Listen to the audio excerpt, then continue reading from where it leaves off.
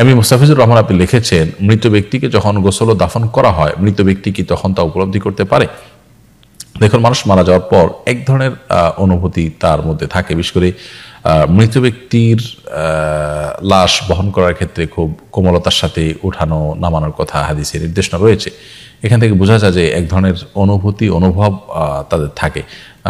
বিশেষ করে একটা হাদিস আছে, কাসরু আজবুল মাইয়িতি কা কাসরিহি হাইয়া, কোনো মৃত মানুষের হাড্ডি এটাকে ভাঙা জীবিত মানুষের হাড্ডি ভাঙার মতো। এটা অবশ্য অনেকে বলেছেন অপরাধের মাত্রার দিক থেকে বোঝানো হয়েছে, জাস্ট অনুভবের দিক থেকে নয়। আবার অনেকে বলেছেন অনুভূতির দিক থেকে করা হয়েছে। তো বিষয়টা একেবারে মানে কর্নেসেরালা করে সুস্পষ্ট করে এরকম বলা হয়েছে, ব্যাপারটা এরকম না যে সে উপলব্ধি করতে পারে, কতটুকু পারে, কি পারে না পারে এরকম। তবে বিভিন্ন হাদিস থেকে বোঝা যায় যে কিছুটা উপলব্ধি থাকে, তবে সবকিছু তারা দেখতে পারে, বুঝতে পারে, ব্যাপারটা সেরকম না। সুমাইয়া মজুমদার আপনি লিখেছেন, কারোর সাথে অন্যায় করে তার থেকে ক্ষমা চাওয়ার পর সে যদি ক্ষমা করে দেয়, এই অন্যায়ের জন্য কি কিয়ামতের দিন জবাবদিহিতা করা লাগবে? বোন সুমাইয়া, কারোর সাথে আপনি অন্যায় করার পর যদি তার থেকে ক্ষমা চেয়ে থাকেন এবং সে যদি ক্ষমা করেই দেয়, তাহলে সেক্ষেত্রে আর কিয়ামতের দিন এটার জন্য তার কাছ থেকে আর জবাবদিহি করা লাগবে না। কিন্তু যে কোনো অন্যায় হয়ে গেলে, মানুষের প্রতি অন্যায় করলেও সেখানে দুটি অপরাধ থাকে। একটা হলো যে ব্যক্তির প্রতি অন্যায় করলেন তার অধিকার আপনি হরণ করলেন, লঙ্ঘন করলেন, নষ্ট করলেন। আরেকটি হলো আল্লাহ তাআলার নির্দেশ আপনি লঙ্ঘন করলেন, কারণ আপনি মানুষের প্রতি সদয় হতে আল্লাহ আপনাকে নির্দেশ করেছেন, কারোর অধিকার নষ্ট না করতে আল্লাহ আপনাকে নির্দেশ করেছেন, তো আপনি সেগুলো করে লঙ্ঘন করেছেন সেই আল্লাহ নির্দেশকে। সেরকম কোনো ব্যাপার যদি হয়ে থাকে, বা সেরকম বিষয় তো অবশ্যই এখানে ছিল, কারণ আপনি কারোর হক নষ্ট করেছেন মানে আল্লাহ নির্দেশ লঙ্ঘন করেছেন, বান্দার নির্দেশ লঙ্ঘন করেছেন। সো বান্দার কাছ থেকে মাপ চেয়েছেন, আপনি আখিরাতে তার জন্য আর জবাবদিহি করতে হবে না, কিন্তু পাশাপাশি আল্লাহর কাছেও আপনি মাপ চাইতে হবে, তওবা করতে হবে। দুইটাই যদি আপনি করে থাকেন এবং আপনার তওবা কবুল হয়, ইনশাআল্লাহ আশা করা যায় কিয়ামতের ময়দানে আপনার এর জন্য আর জবাবদিহি করতে হবে না। কোন বিপদ আমাদের জন্য পরীক্ষা আর কোন বিপদ আমাদের জন্য আযাব, এটি বোঝার কোনো উপায় আছে কিনা? নিশ্চিত বোঝার কোনো উপায় নেই, নিশ্চিতভাবে বলার কোনো উপায় নেই যে এটি আমাদের জন্য পরীক্ষা আর অমুকটি আমাদের জন্য আযাব, এরকম নিশ্চিত করে বলবার কোনো সুযোগ নেই। তবে একজন ইমানদার নিজের ব্যাপারে যখনই কোনো ব্যত্যয় বিপর্যয় দেখা দিবে, তখন তিনি ভাববেন যে হয়তোবা এই বিপর্যয় আমার কোনো কৃতকর্মের ফসল হিসাবে হয়েছে। অর্থাৎ তিনি নিজেকে দোষারোপ করবেন এবং নিজের সংশোধন করার চেষ্টা করবেন, কারণ দিন শেষে তারই লাভ। যদি আমি নিজেকে দোষারোপ করি তাহলে আমার সংশোধনের পথ উন্মোচন হলো।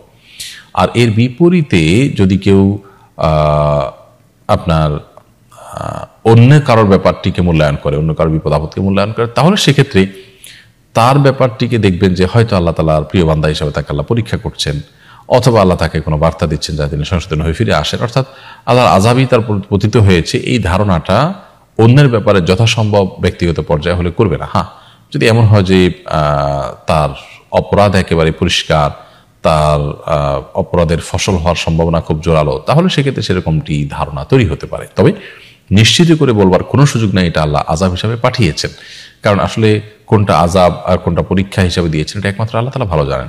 বিভিন্ন অপশন আমাদেরকে বলা হয়েছে। কোরআনে কারীমে আল্লাহ বলেছেন, ওয়ালানাবলুওয়ান্নাকুম বিশাইইন মিনাল খাউফি ওয়াল জু'i ওয়া নাকসিন মিনাল আমওয়ালি ওয়াল আনফুসি ওয়াস সামারাত।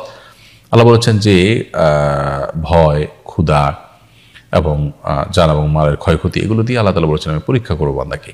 তো এই যে পরীক্ষা আল্লাহ তাআলা করবেন বলেছেন, এই পরীক্ষার মধ্যে, পরীক্ষারই অংশ হিসেবে এ ধরনের বিপদ আপদ, এ ধরনের বালা মুসিবত, সমস্যা, বিপর্যয় এগুলো হতে পারে।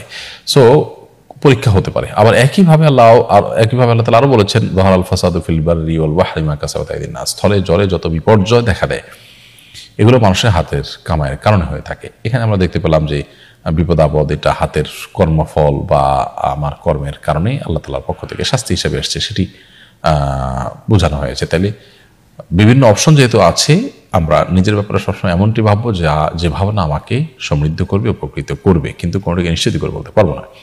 এমনি টিপু আপনি লিখেছেন, দুঃস্বপ্ন থেকে বাঁচার আমল বলবেন। ভাই টিপু, দুঃস্বপ্ন থেকে বাঁচার জন্য প্রথমত এগুলো অনেক সময় হয়ে থাকে ডিপ্রেশনের কারণে, সেজন্য ডিপ্রেশন থেকে মুক্ত থাকার চেষ্টা করবেন। আরও বিভিন্ন পরামর্শ রয়েছে। আর শয়তান দেখাচ্ছে এরকম কিছু মনে হলে ওযু করে পবিত্র অবস্থায় আপনি শোয়ার চেষ্টা করবেন এবং অবসাদগ্রস্ত অবস্থা যেন না থাকেন সেদিকটা খেয়াল রাখবেন। ইনশাআল্লাহ আল্লাহ তাআলা রক্ষা করবেন। তারপর যদি কখনো স্বপ্ন কিছু দেখার পর আপনার পেরেশানি মনে হয়, তাহলে আল্লাহর কাছে পানা চাইবেন, আউযু বিল্লাহি মিনাশ শাইতানির রাজিম পড়বেন এবং বাম দিকে প্রতীকী থুতু ফেলবেন 3 বার এবং আমানতু বিল্লাহি রাসূলি পড়বেন এবং সম্ভব হলে উঠে 2 রাকাত নামাজ পড়বেন যদি কোনো স্বপ্ন দেখার পর আপনার কাছে পেরেশানি মনে হয়। বাকি এই ধরনের স্বপ্ন যেন না দেখেন সেজন্য উজু করে আল্লাহ কাছে পানা চেয়ে তারপরে ঘুমাবেন, ইনশাআল্লাহ বেদিন আল্লাহ তাআলা রক্ষা করবেন। নাদিয়া সুলতান লিখেছেন, মহিলারা পিরিয়ড চলাকালীন অবস্থায় মুখস্থ কোরআন তেলাওয়াত করতে পারবে কিনা? জমহুর বা সংখ্যাগরিষ্ঠ ইমামদের মতে পারবে না। মহিলা পিরিয়ড অবস্থায় এমনি ইসলামিক ব্যবস্থা পড়তে পারে, কোরআনের তাফসির বা ব্যাখ্যা বিশ্লেষণ পড়তে পারে, বাট সরাসরি কোরআন পড়বেন না।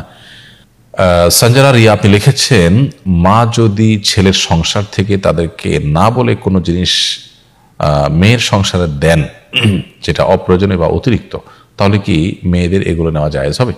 ছেলের সংসার থেকে যদি মা কোনো কিছু দেন যেগুলো ছেলের প্রয়োজন হয় না, এবং এগুলো দিলে ছেলে জানলেও ছেলে অসন্তুষ্টি প্রকাশ করবে না বা মানা করবে না, তাহলে মেয়ের সংসারে সেগুলো মেয়ে নিতে পারেন, ব্যবহার করতে পারেন।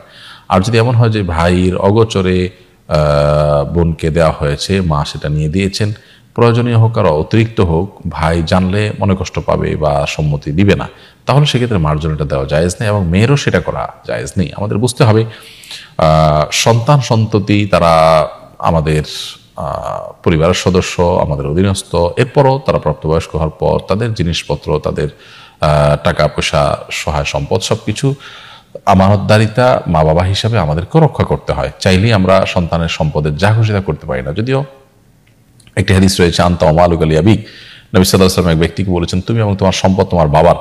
এই হাদিসের মানে এই নয় যে তুমি যা কামাই করবে সব তোমার বাপের হয়ে যাবে অটোমেটিক, ব্যাপারটা সেরকম নয়। বরং তুমি যা কামাই করবে সেখান থেকে তোমার বাবার নেয়ার অধিকার আছে, তার যতটুকু না নিলে নয়, তার প্রয়োজন পূরণের জন্য।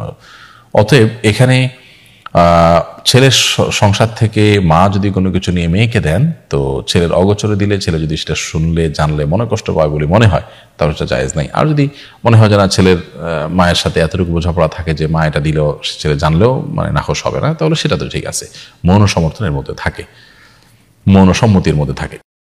আস-সুন্নাহ ফাউন্ডেশন, উম্মার স্বার্থে সুন্নাহর সাথে।